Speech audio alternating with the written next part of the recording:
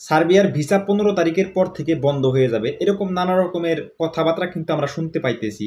তো এই কথাগুলো আসলে কতটুকু সত্য বা সত্যতা আসলে কতটুকু, এই বিষয়টা নিয়ে টোটালি আজকের ভিডিওতে কথা বলবো। তো চলুন শুরু করি।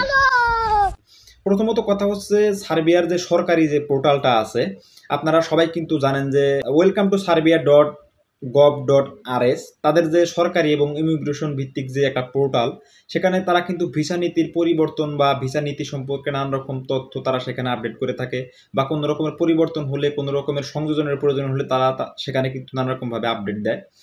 তো তাদের যে এই সরকারি পোর্টালটা আছে, এরকম সরকারি পোর্টালের ভিতরে কোনো রকমের আপডেট কিন্তু তারা দেয়নি যে 15 তারিখের পর থেকে বাংলাদেশিদের জন্য স্টিকার ভিসা বা ই ভিসা এই বিষয়টা বন্ধ হয়ে যাবে।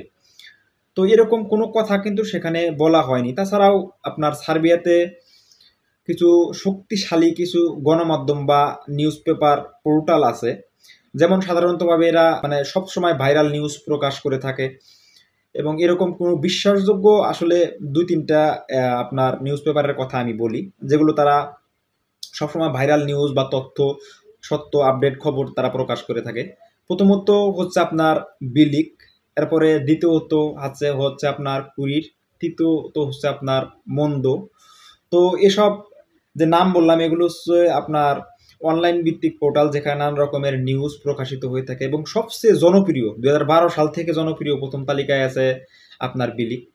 তো এইসব নামি দামি গণমাধ্যমগুলোতেও কিন্তু আসলে ভিসা বন্ধের কোনো কথা বলা হয়নি, যে এমন কোনোভাবে বলা হয়নি যে বাংলাদেশিদের জন্য 15 তারিখের পর থেকে ভিসা বন্ধ হয়ে যাবে, এরকম কোনো কথা আজ পর্যন্ত বলা হয়নি। তো আপনারা আসলে কেউ বিভ্রান্ত হবেন না। মূলত এই কথাটা ছড়িয়েছে কে, এই বিষয়ে এখন একটু কথা বলি। আসলে এই বিষয়টা ছড়িয়েছে অবশ্যই কোনো এক লোক বা কোনো এক মাধ্যম ছড়াইছে এই বিষয়গুলা। যদি এই বিষয়টা না ছড়িয়ে থাকে তাহলে এই কথাটা অবশ্যই মানে প্রসারিত হতো না। এখন কথা হচ্ছে, এই বিষয়টা কে বা কারা ছড়াতে পারে, এই বিষয়ে একটু সংক্ষিপ্তভাবে কথা বলবো। প্রথমত কথা হচ্ছে, আপনারা জানেন যে বাংলাদেশে কিন্তু এজেন্সির অভাব নাই, সেখানে ভালো আছে মন্দও আছে। এখন আপনারা বলতে পারেন যে ভাই কোনো কিছু হইলে শুধু আপনি এজেন্সির দোষ দেন, ভাই এখানে এজেন্সির দোষ আছে, আমি আপনার বলি। প্রথমত এখানে বিষয় হচ্ছে, যখন একটা এজেন্সিতে আপনার হাজার হাজার ফাইল জমা হয়, এজেন্সি কিন্তু কখনো নিষেধ করে না যে ফাইল নেবে না। এটা কতিপয় 2-1টা এজেন্সি আছে তারা বলে যে আসলে ফাইলগুলো নেবে না। তো বিভিন্ন রকমের এজেন্সিগুলো সেই ফাইলগুলো জমা রাখার পরে দেখা যাচ্ছে যে আপনার ফাইলটা 8 মাস 9 মাস হয়ে গেছে। তো সেই ফাইলটা আপনাকে কিন্তু ইচ্ছাকৃতভাবে তারা ফেরত দিতে পারে না, বা আপনিও চান না, কারণ আপনি চান যে সার্বিয়া আপনি যেতে চান, আপনার ভিসাটা হোক যদিও লং একটা সময় যায়।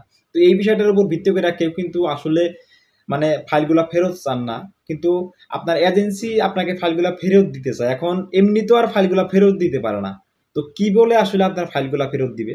তো নানা রকমের তারা বাহানা বের করে, নানা রকমের কথাবার্তা তারা বের করে। তো এই যে যেমন এখন একটা কথা বের করছে যে 15 তারিখের পরে কোনো ভিসা হবে না। তো এইসব কথাবার্তা বলে আপনাকে হয়রানি করার চেষ্টা করবে, বা তারা বলতে চাইবে যে আপনারা যে ফাইলগুলা দিয়েছেন সেই ফাইলগুলা ফেরত নেন, এরকমভাবে আসলে কথাগুলা হতে পারে। কারণ এজেন্সির একটা হাত সেখানে অবশ্যই আছে, তারা বলতে পারে, এটা সব এজেন্সি বলবে না, হয়তো বা এর বিরোধিতা করবে যারা কিছু যারা ভালো এজেন্সি আছে তারা। এখন এটা হচ্ছে মূলত বিষয়। আসলে একটা কথা দেখেন, যেখানে কোনো রকমের নিউজ পেপারে কোনো রকমভাবে বলা নাই, তাদের সরকারি যে পোর্টালগুলো আছে সেখানে কোনোভাবে বলা নাই সার্বিয়ার ভিসা বন্ধ সম্পর্কে বাংলাদেশিদের জন্য, সেটা স্টিকার ভিসা হোক কি ভিসা হোক। কিন্তু এই কথাটা কিন্তু অলরেডি নানা রকমভাবে ফেসবুকে হোক ইউটিউবে হোক সব জায়গায় কিন্তু প্রচার হয়ে গেছে যে 15 তারিখের পর থেকে সার্বিয়ার ভিসা বন্ধ। তো এই বিষয়টা নিয়ে নানা রকমভাবে নানা মানুষ আসলে একটা চিন্তার ভিতরে আছেন, যে আমরা ফাইল প্রসেসিং অবস্থায় আছে, বা আমার অনলাইন হয়ে গেছে, এখন ভিসার জন্য আবেদন করা হবে, অ্যাপ্রুভাল হয়ে গেছে। তো এসব মানুষের কিন্তু আসলে দোটানার একটা কারণ এখানে, যে তারা ভাবতে পারে যে আসলে ভিসাটা বন্ধ হয়ে গেল, মানে কোন কারণে বা কি কারণে।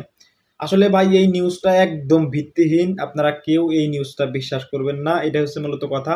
আর এরকম কোনো নিউজ যদি আসে অবশ্যই আপনারা জানতে পারবেন, মূলত কথা হচ্ছে এটা।